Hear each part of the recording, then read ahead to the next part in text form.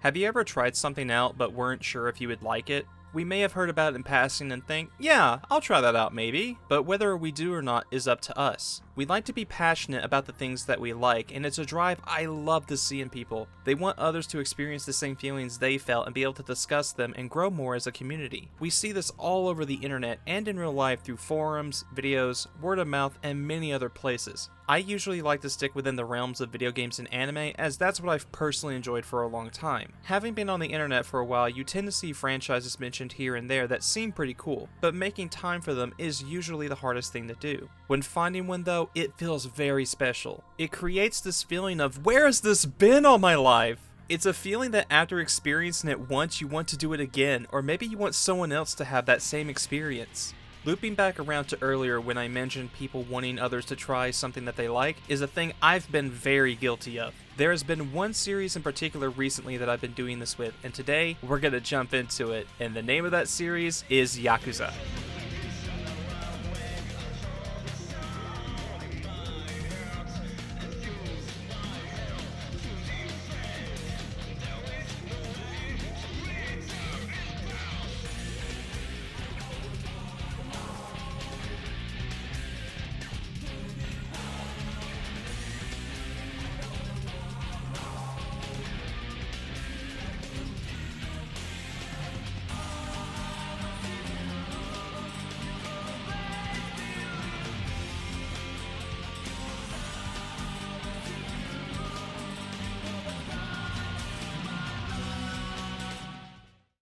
To say that the Yakuza series has become my obsession of late is a little bit of an understatement.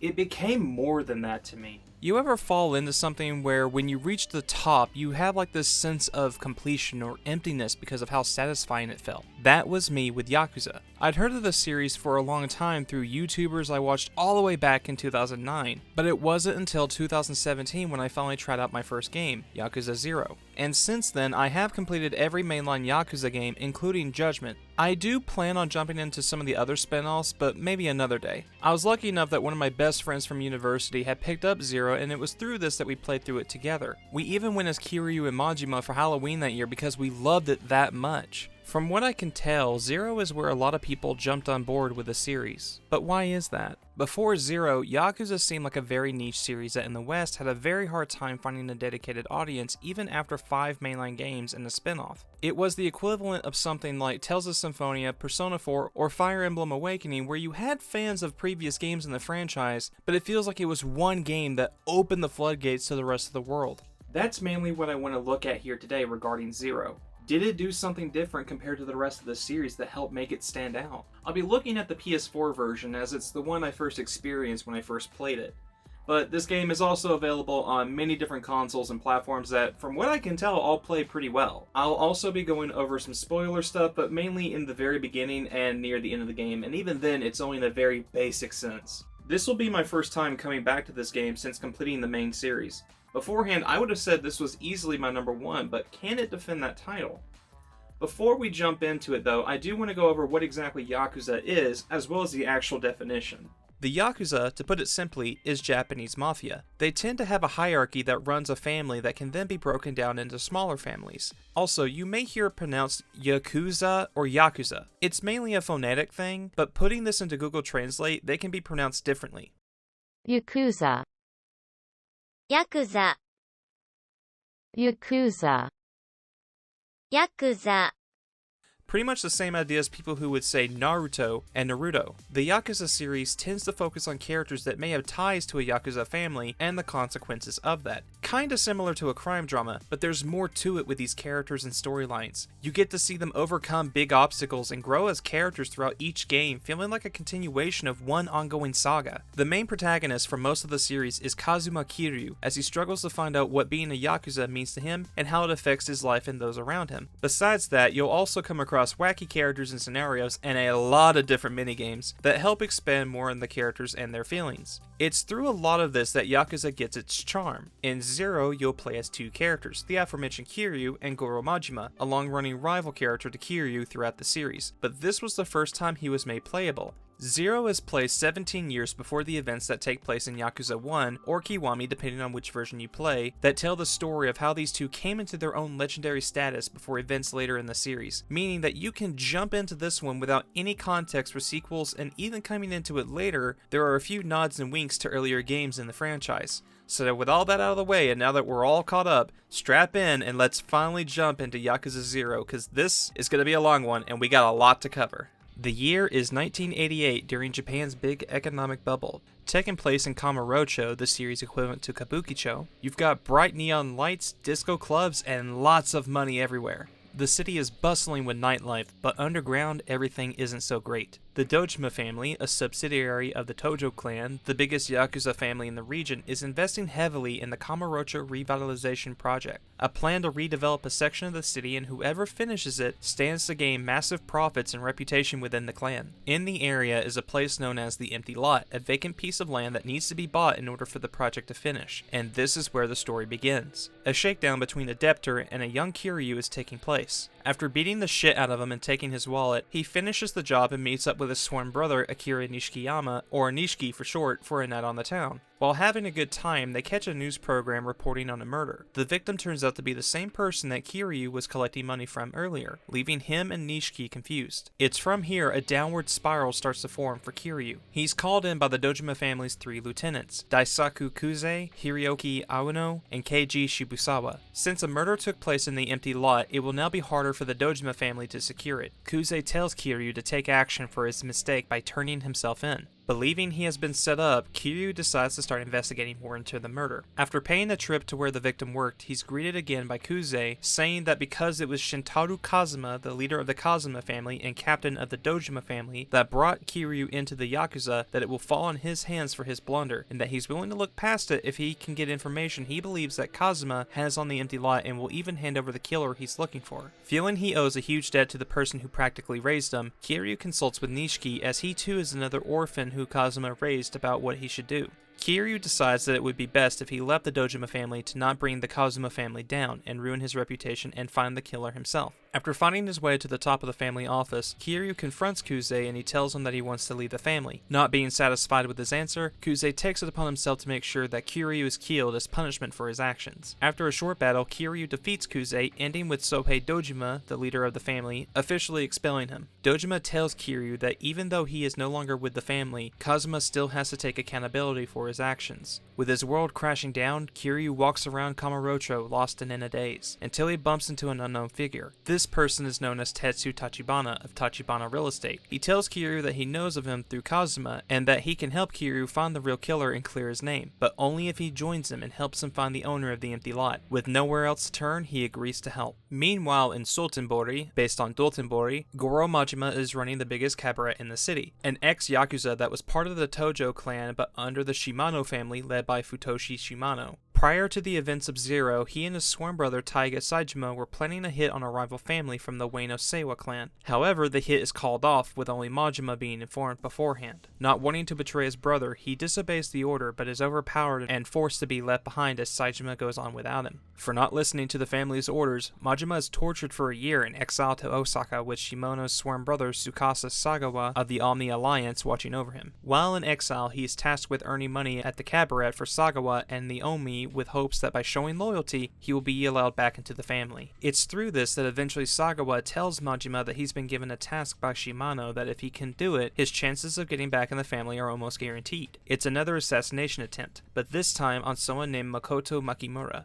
After tracking them down, Majima prepares to kill Makoto but is interrupted by a blind woman. While pretending to be a customer, another person walks in and isn't deceived by Majima and fits more the description of the target. After a short battle, however, another party walks in threatening to kidnap the girl from earlier, and it's revealed that she is actually Makoto, and thanks to Majima they are able to evade her captors. But now he has a choice to make, to either kill her and get back in the family, or protect her. From here, these two stories will intertwine with lots of twists and turns throughout 18 chapters. You'll switch characters every 2 and get a little recap each time. I'm kinda getting ahead of myself here, but coming back to Zero after finishing the series surprised me how well the actual plot holds up. From what I can tell, a lot of the fanbase agrees too, as this being considered one of the best stories in the series. Some story moments still gave me the same reaction I had when I first experienced them, and that to me is a sign of a well-written story. It's like when you rewatch one of your favorite movies, or in my case, even reread a favorite book. You look forward to a specific moment because of the reaction you may have had in the past. There are some issues if you stick with the series, because with this being a prequel made after 5 canon games, some plot details aren't brought up unless you play Kiwami 1 and 2, which are remakes as well, and Yakuza 6. Without getting too much into it, I can say that when references are made to Zero, I do think they are done extremely well and help tie in some more enjoyment related to side plots that you can do in them.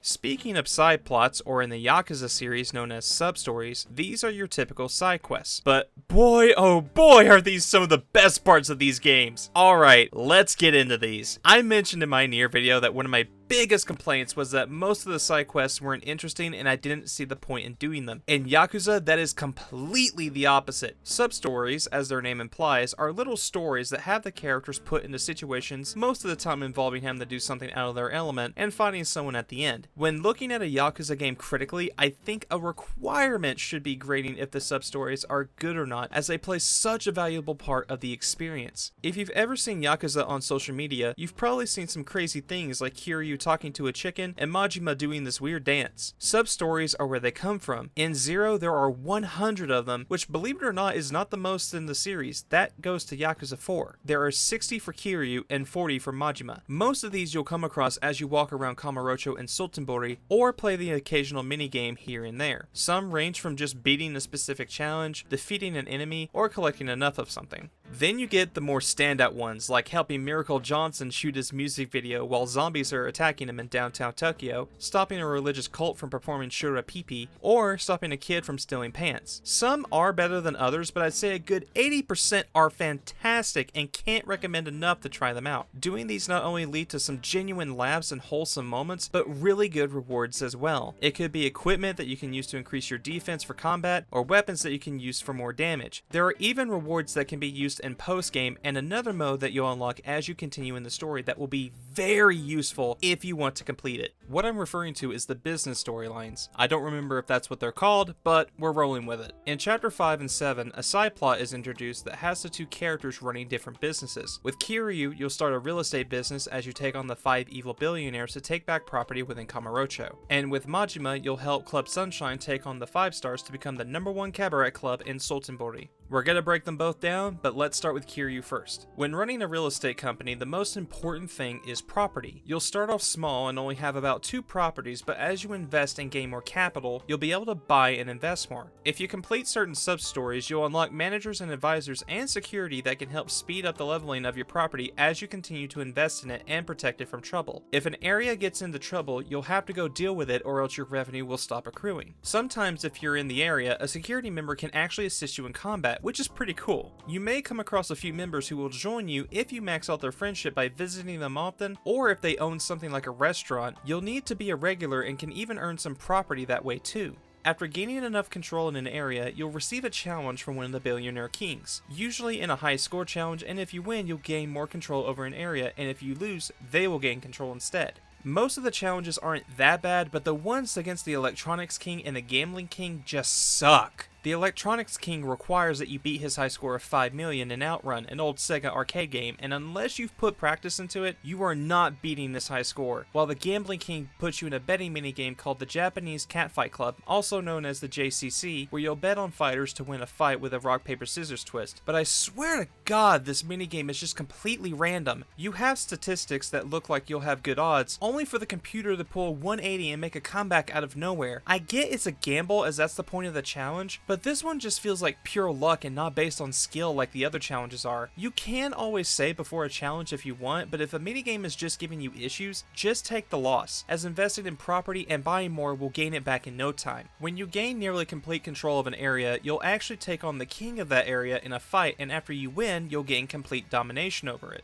Out of the 2 businesses, Kiryu's is by far the easiest, but also the most boring. Unless you're walking around, the money will not accrue. A trick I found is that by going right outside the office, I could have him walk in a corner and that would make money accrue, but at that point, you're not even playing the game. Jumping back to Majima, you'll be running a cabaret club and it's all about customer service. You'll hire hostesses to sit with customers and raise money for your business and be able to afford more business partners to raise fans, and in turn will increase your clientele. Hostesses have their own grade scale as well, bronze, silver, gold, and platinum, and can level up. Bronze, silver, and gold you'll mostly get through sub-stories and feel like a good reward for doing side content. Gold hostesses can really help early on as their stats are pretty good and help bring in a lot of fans. Platinum hostesses you'll get as you take on the 5 stars and win in rival battles where each club goes toe to toe to see who can bring in the most revenue. Not only are platinum hostesses important to level up, but you'll need to customize their attire to be able to appeal to more customers. Each platinum hostess has a special training that you can take them through and give them lessons about being a hostess and get to know them better. Lessons give really good experience and are required to finish to unlock more sub-stories, as each platinum hostess has a sub-story. You'll need to get familiar with a hostess's strength because when it's time to face off against another club in a rival battle, you'll need to bring your A game. The first few weren't that bad, but after the third one, things started to get a little challenging. As you continue to build funds while opening for business, you'll need to get used to spamming Sunshine Fever when it becomes available. While in Sunshine Fever, a table will have the chance to go into Fever, which will cause money to start pouring in. During rival battles, these are game changers. What may start off as a slow crawl will turn into a massive turnaround and you'll overtake your opponent. However, just like you, a rival club can also go into Fever and completely turn the tide. Some of the later rival battles can come straight down to who gets more Fever time. It made the last rival battle an absolute hell for me. Not only does the hostess stamina start draining, but some guests will just straight up leave. It no joke took me over 20 tries to beat it, and only after grinding levels I was able to do it. This was probably the lowest point in the game for me because it's a difficulty spike in a mode that's completely optional, but the reward for completing it is worth it. The reason why the business storylines are so important is because they help you unlock abilities for combat. Just like running a business where you'll need to invest in it, you'll also need to invest in yourself. Both characters have 3 fighting styles, where Kiryu is mainly about big heavy attacks that do a lot of damage and have a wide range with his Brawler and Beast, while his Rush is more about quick jabs and dodging around your opponent. Majima is more about quick and precise hits with his Thug style, to crazy combo potential with Breaker, which might as well be a blender because of how fast it can drain an enemy's health. And lastly his Slugger, which is all about hitting things really fucking hard with a bat or other weapons from nunchucks, knives, and poles. Unlike other Yakuza games, Zero has you level up through money that you gain from just about anything. Minigames, your business, random fights, you name it. This is one of Japan's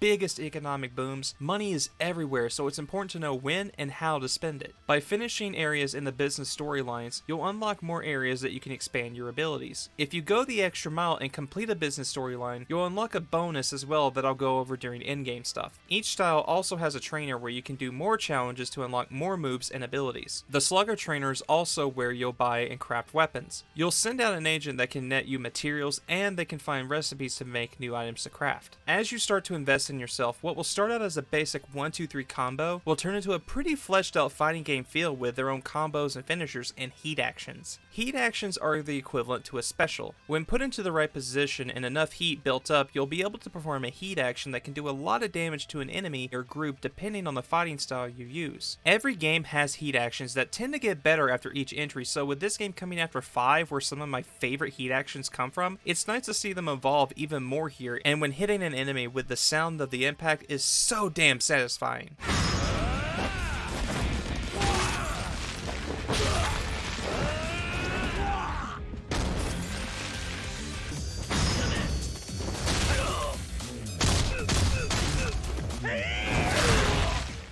Fighting is something you're going to be doing a lot of, as Yakuza itself could be thought of as an action-adventure beat-em-up. Most of the time you'll come across enemies in the overworld and can choose to ignore them or not, but later on you'll have an ability where you can throw money around and skip battles completely. This is one of the best things that Zero added in the series, and this is the only game that has it. Why though? Combat itself is fun, but sometimes I just want to unwind and walk around and not just be stopped by random mooks who think that they can beat me when that's just not going to happen. It's such a good feature feature, but they drop it after this game. There's only one type of encounter that isn't affected by this in the overworld, and that's Mr. Shakedown. If you see him early on, you'll need to run away, because if you lose to him, he'll take all your money, and you won't be able to get it back unless you can beat him. Now, it certainly is possible to do it, but it's highly recommended to wait until later to actually fight him because of how much damage he does. Usually, you don't have to worry about running into him much. He's not like Mr. X in Resident Evil 2 Remake, so if you just see him, you can turn around and usually walk away without any trouble, as he isn't very fast if he decides to chase you. He is by far the best way to earn money though. As you complete sub-stories, walk around the city, or really just play the game normally, you'll accrue completion points. These can be exchanged for bonuses like longer time for sprinting, items to help with your business, and even Mr. Shakedown giving you more money when you beat him. So what turns into a person you fear can turn into you being Mr. Shakedown. If you get your money back, it will be multiplied by 1.5 times, and when spamming this, it's very easy to get more money way earlier on than you're intended to.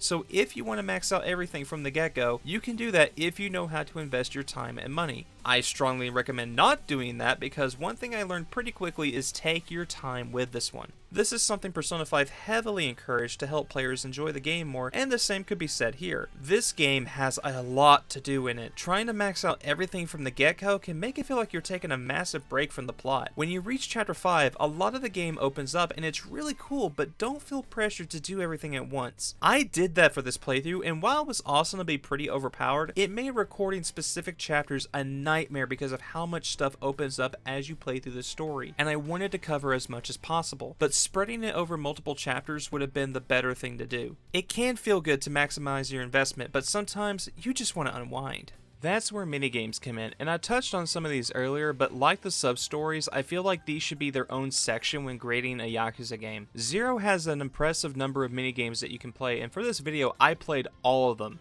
Most are just little side activities, but when going for 100%, you're gonna need to get familiar with all of them. There are 27 minigames in total, and you've got some classics like darts, blackjack, and the batting cages, and a few classic Japanese games like Koi Koi and Shogi, just to name a few. Picking up and learning most of these wasn't too bad, but then you have... What is it, trusted sidekick?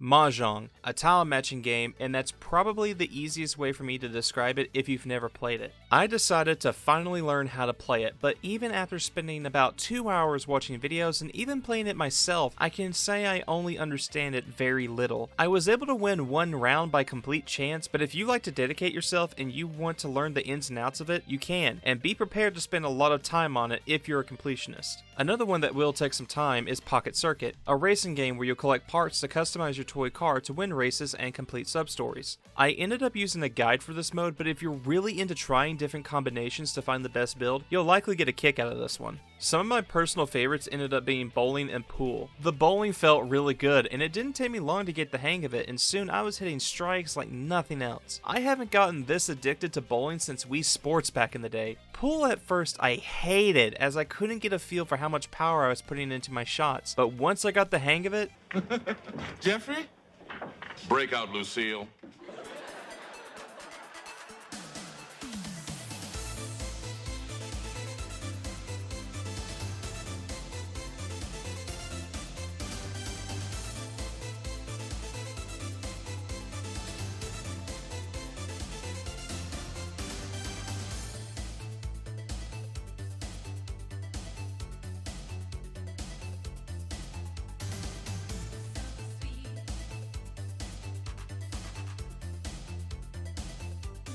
Zero has a few exclusive minigames as well. We touched on the Cabaret and Catfight clubs earlier, but there are two more. Being set in the 1980s, we're gonna have disco. Disco is a bit weird. It feels like a typical rhythm game with button presses with some DDR thrown in as well. I've been mixed on disco since I first played Zero. I see the appeal of it, but I'm more into traditional rhythm games where it's more about button timing than having an extra step involved. The other minigame is the telephone club. You pick up a call to flirt with a person, and if you succeed, you go on a date. It's pretty straightforward. Pick the best response to build up a heart meter and get the person to fall in love with you. This is one of the few minigames I really didn't like. It's awkward to pick a response because of the way you have to select it, and there are sub-stories tied behind this minigame too. This wouldn't be an issue if the person you can talk to wasn't random. When unlocking all the sub-stories, this took me literally about 4 hours to get all the possible choices and complete them. I absolutely can't stand it when completion is tied behind a random element that you have no way to manipulate or skip if there's an option that you've already completed. I mentioned Outrun before, but there's also Space Harrier that you can find in arcades, and if you play these enough, you can unlock Super Hang-On and Fantasy Zone. Something interesting I found when I was getting footage for all these minigames is that none of them have a recording block.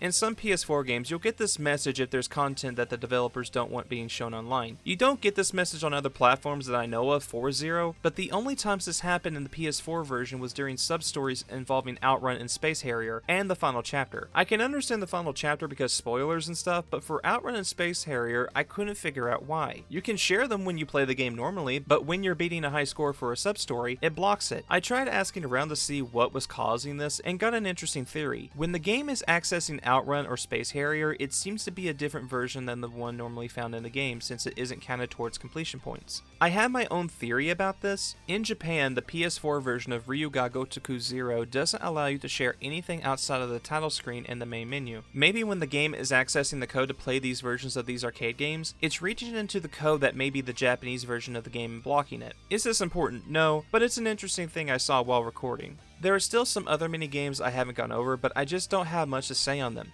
These are here for a fun time sink, and again, it helps to add life into this world and make it come alive and make you feel like you're in 1980s Japan. The last minigame I want to talk about though is karaoke, which might as well be its own category when comparing it to the rest. Every mainline game after Yakuza 2 has had some form of karaoke. These are more in line with traditional rhythm games, but what really helps sells it is the music videos and the character's voice actor bringing the song to life. Takeya Kuroda, the voice of Kiryu, actually has his own band called Takeya Kuroda and Goodfellas, and you can see how he got his start from hearing him sing in the series. In Zero, there are a total of 6 songs that can be selected, with Kiryu getting 2, Judgment and Bakami Tai, and Majima getting 24 Hours Cinderella. If you manage to take girls on dates from the telephone club or by leveling up platinum hostesses, you can invite them to join you in karaoke where they'll sing instead. Each girl will have a different song and can sing Shine Shine Shine, Rouge of Love, or Heartbreak Mermaid. With as little of a song choice as Zero has, it has some of the best sounding karaoke songs in the series. Judgment and Heartbreak Mermaid continue to be in my top 5 and are just straight up great songs. Every song feels like it was perfectly crafted to capture the 1980s feel, not just with the karaoke tracks, but the OST in general. I really can't stress how much I love Zero's soundtrack. Next to 6 and 7, I'd say it's one of my favorites, if not my number 1. There are so many good songs, and they know when to play at the best moments and fit the mood perfectly each time. Each battle style has their own theme too, and it fits like a glove. A few bosses even have their own themes. Kuze's theme, Pledge a Demon, has one of the best build-ups I've ever heard. For some context, at one point in the story, Kuze challenges Kiryu to a rematch, and just before the battle starts, you have this build-up. And then when it's time to fight, the drop happens.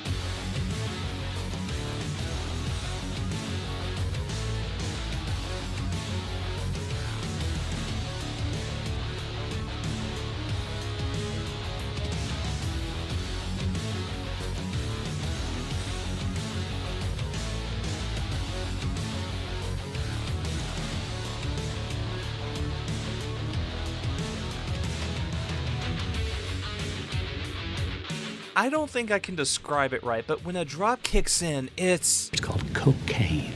It's one of my favorite tropes in games, and when it's done right, it's a song that will stick with me. A few sub-stories even have their own unique songs as well. Like in Passport to Pizza, you'll need to deliver pizza to a woman before it gets cold, and it starts playing the most 80s sounding song for just delivering pizza. What?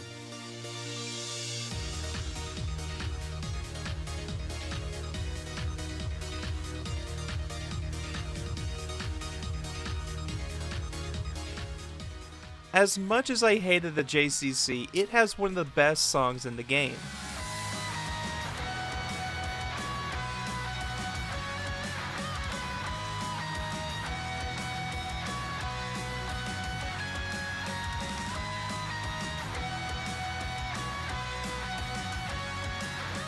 We can't forget about disco either. Friday Night, which has become so popular that people who haven't even played the series know the song. But I would say Koi no Disco Queen and I'm Gonna Make Her Mine are my 2 personal favorites. The opening as well, which was changed for the release in the West, is solid. The original song Bubbles by Shonen no Kaze is freaking amazing, but I don't think it invalidates the one that we ended up getting in the West. In some ways, I actually prefer it to the Japanese version. I mentioned earlier that Kiryu's voice actor has his own band, but even as a voice actor, he's been in the business for a while. I can't imagine hearing anyone else as Kiryu, he's just so perfectly casted. The entire cast gives it their all as well. Hidenari Ugaki, the voice of Majima, is able to show such a great balance of sounding crazy and in complete control of their emotions. His performance alone is what makes a lot of people fall in love with Majima, not just in Zero but throughout the entire franchise. I also cannot go without mentioning Kazuhiro Nakia as the voice of Nishiki. I won't dare spoil it, but I can't stress enough that he has one of the best scenes not just in the game, but in the entire series at one point in Zero. When I first played Zero, I enjoyed his performance, but after playing 7 where he plays the main character Ichiban Kasuga, it elevated my opinion of him greatly. I may not speak Japanese, but I can tell he's giving it 110% when he's voicing a character. If you're coming into Zero from 7 onward, don't expect there to be an English dub. This may sound like common knowledge to people who have played earlier Yakuza games, but Zero came out during a time when the series was only still using a Japanese voice cast. It has been great getting to see them attempt an English dub again recently, but it was from my first time with Zero that I tend to stick with the Japanese voice actors with the newer games. Before we jump into the last part of the game, I do want to give one last big ol' spoiler warning.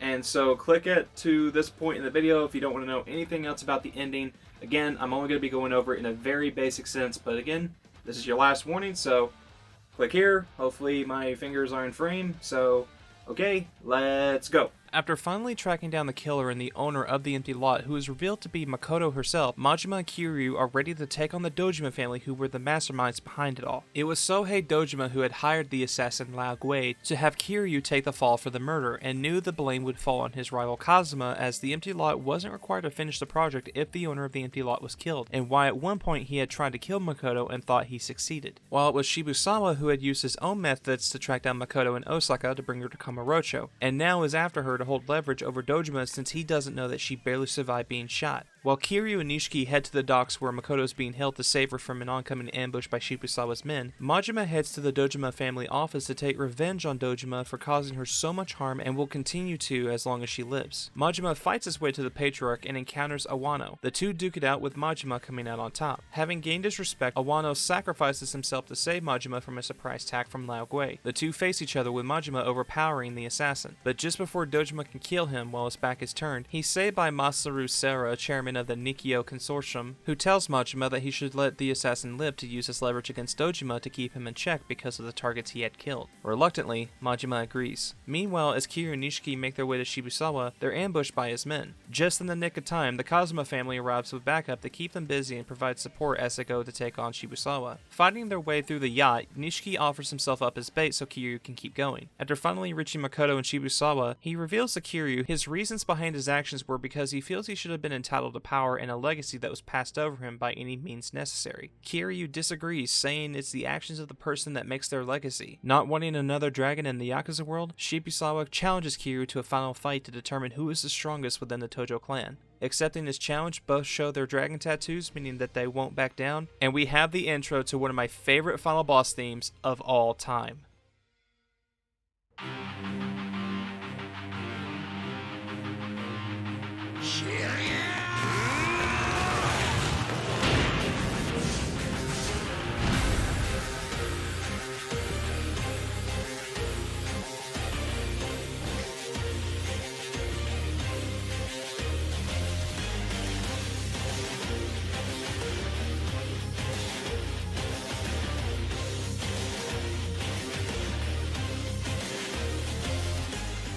Oh man, I love this fight and song. It's not too hard, but Twin Dragons is such a great piece of music. It feels like it encompasses so much emotion behind Kiryu as he finally passes the huge barrier in the Yakuza world. No other final boss theme in the series feels like it even comes close to matching this song, except for 7 to me.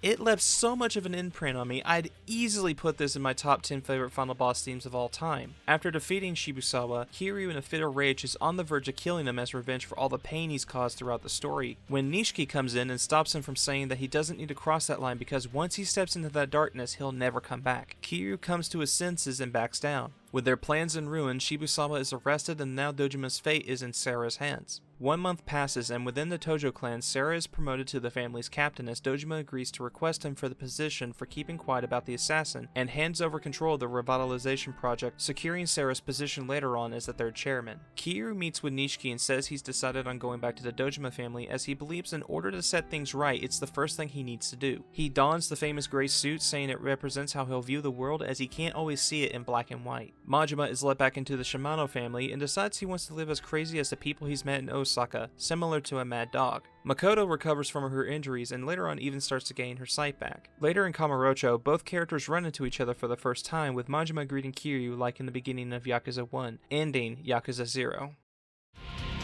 Yo. Kiryu-chan!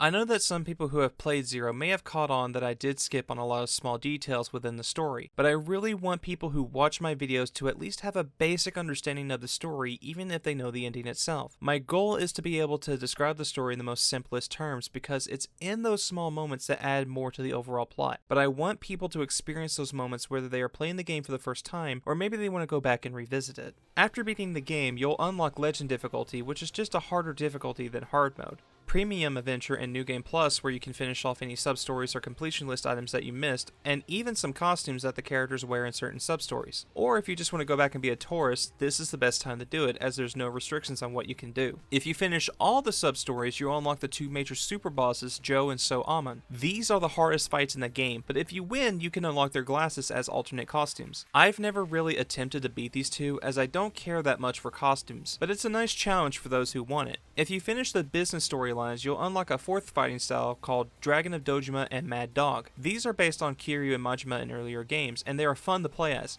If you go for even more CP, you'll have the option to break the limit of their levels and can max them out at level 999, where you basically become One Punch Man. It's funny to look at because bosses just fall down, but I don't think it's worth the time it takes to do it. This game is a masterpiece. I really don't think there's any other way to describe it. Everything is so neatly designed to where everything ties into each other nicely. It's easy to see why this is the one that most people recommend as a starting point. After finishing it again for this video, I can say it's still one of my favorites in the series. If I had to make a tier list, I would probably put this at number 2, underneath 7, and above 6. And considering that this was the first one I played, I think that says something. The story is fantastic for both fans and newbies, taking you on an emotional roller coaster. There's so much side content that it's easy to get lost in it. The best thing of all, it's so widely available. In the beginning, I mentioned that this was the game that helped Yakuza's popularity explode. Being the first game on Steam helped people get into the series on a much wider scale. Even before this, I don't think it can be understated that having the game on PS4 in the West helped. Remember when I mentioned that in Japan the game's share function is blocked through most of the game? But in the West, it wasn't. I believe this helped promote Yakuza even more on social media than people realize. It gave them an interest in something, and from that we saw a renaissance within the community. Ever since Zero, the marketing has changed. We've gotten ports of every mainline game to Steam, Xbox, and PS4. English dubs have made their way back into the series when for so long it was common not to see them in Yakuza. People are becoming much more aware of it, and I can only see this as a win. Seeing the series at E3 2021 during Microsoft's press conference when they were promoting 7 coming to Game Pass was such a pleasant treat. We've gotten to see this series being enjoyed by so many people, and I hope we can continue to see it grow because Yakuza is truly a unique series. It pretty much goes without saying at this point, but if you haven't, pick this game up. PS4, Xbox, Steam, it doesn't matter, just play it. It usually goes on sale for $5, and for as much as I've covered in just this video, you're getting such a bang for your buck that I think you'll see it as one of the best investments into what may become one of your favorite video game series.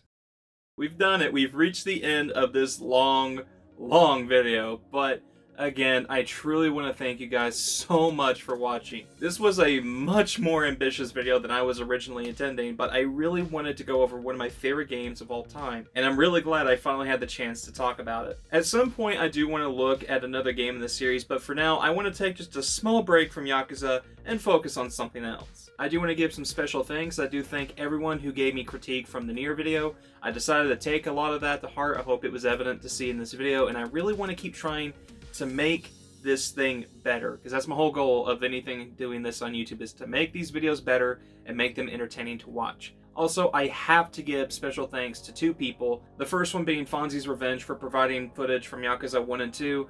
I just rang them up one day and said, hey, could you get me some footage? The guy got me 2 hours of footage from both games, and it's like, seriously, I wasn't expecting that, but he's an awesome dude. Please check him out. I can't recommend him enough. He's a really cool person for doing that. Lastly, a huge thank you to Toukitsune for providing the thumbnail for this video. I'd actually seen some of their stuff before, so when I got the chance to finally commission them for this video, I was really, really excited, and they did not disappoint. They were great to work with, and seriously, check them out. I'll leave their info in the description below as well for Fonzie. So yeah, that's pretty much it from me here today.